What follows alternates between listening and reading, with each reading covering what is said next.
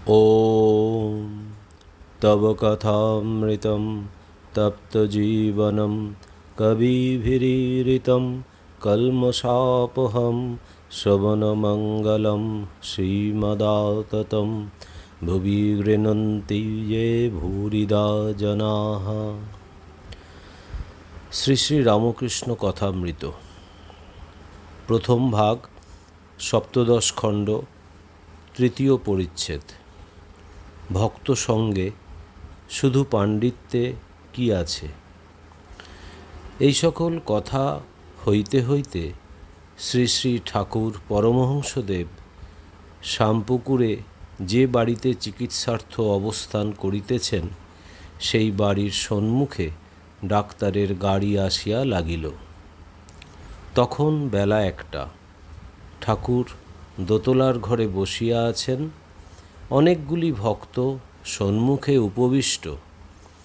তন্মধ্যে শ্রীযুক্ত গিরিশ ঘোষ, ছোট নরেন্দ্র, শরৎ ইত্যাদি।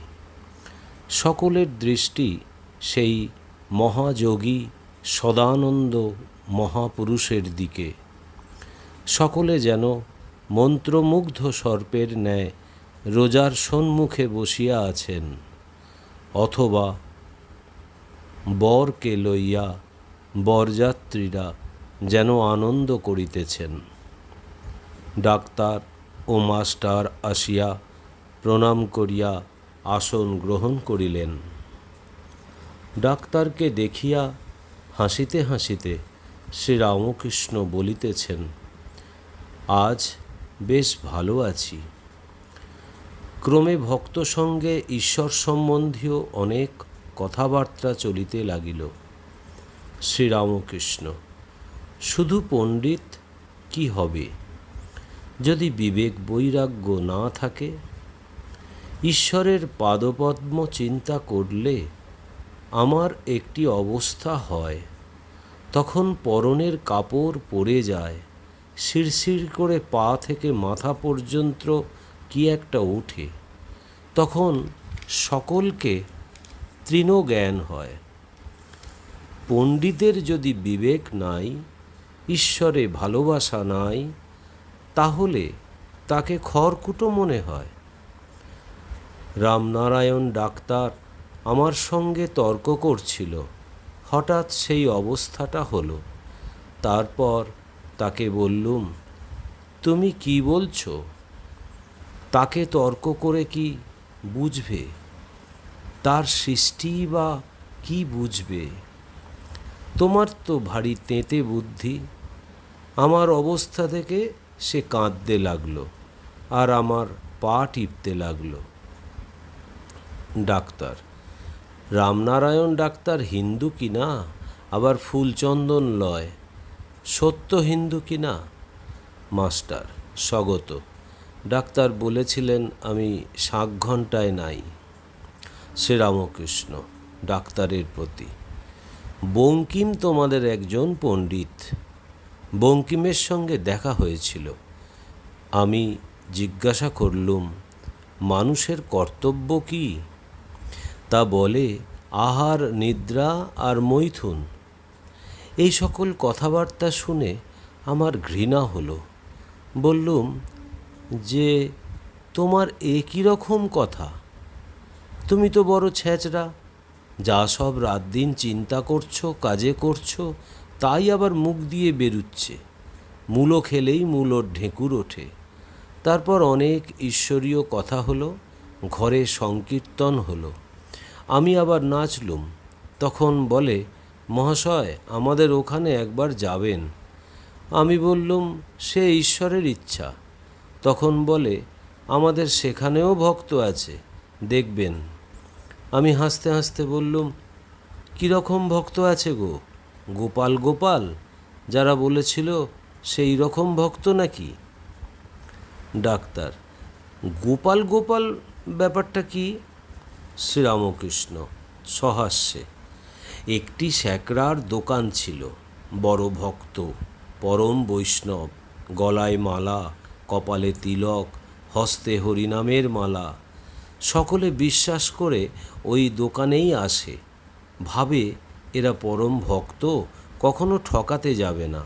একদল খদ্দের এলে দেখত কোনো কারিগর বলছে, কেশব কেশব।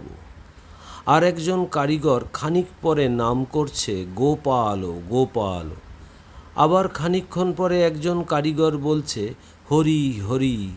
তারপর কেউ বলছে, হর হর।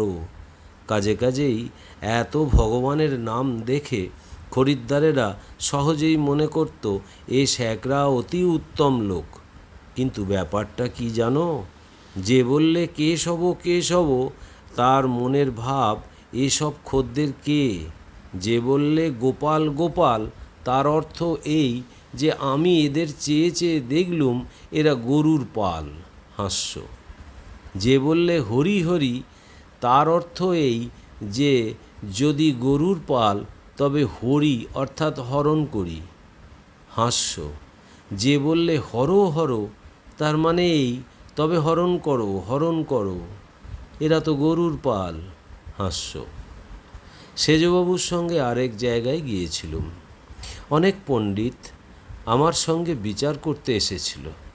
আমি তো মুখ্য, সকলের হাস্য। তারা আমার সেই অবস্থা দেখলে আর আমার সঙ্গে কথাবার্তা হলে বললে, মহাশয়, আগে যা পড়েছি তোমার সঙ্গে কথা কয়ে সেসব পড়া বিদ্যা সব থু হয়ে গেল। এখন বুঝেছি তার কৃপা হলে জ্ঞানের অভাব থাকে না, মূর্খ বিদ্বান হয়, বোবার কথা ফোটে। তাই বলছি, বই পড়লেই পণ্ডিত হয় না। হ্যাঁ, তার কৃপা হলে জ্ঞানের কি আর অভাব থাকে? দেখো না, আমি তো মুখ্য, কিছুই জানি না, তবে এসব কথা বলে কে? আবার এ জ্ঞানের ভাণ্ডার অক্ষয়। ওদেশে ধান মাপে, রামে রাম রামে রাম বলতে বলতে একজন মাপে, আর যাই ফুরিয়ে আসে আরেকজন রাস ঠেলে দেয়। তার কর্মই ওই, ফুরালেই রাস ঠেলে।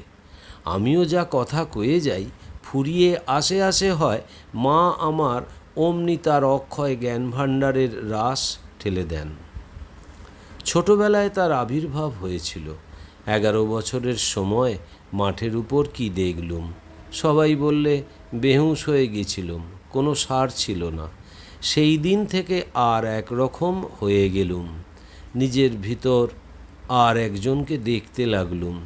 যখন ঠাকুর পূজা করতে যেতুম, হাতটা অনেক সময় ঠাকুরের দিকে না গিয়ে নিজের মাথার উপর আসতো, আর ফুল মাথায় দিতুম। যে ছোকরা আমার কাছে থাকতো সে আমার কাছে আসতো না, বলতো, তোমার মুখে কি এক জ্যোতি দেখছি, তোমার বেশি কাছে যেতে ভয় হয়। ওম নিরঞ্জনম নিত্যম অনন্তরূপম ভক্তানুকম্পাধীত বিগ্রহং বৈ ঈশাবতারম পরমেশমিড্ডম তং রামকৃষ্ণং শিরসা নমামহম। শ্রীরামকৃষ্ণ অর্পণমস্তু।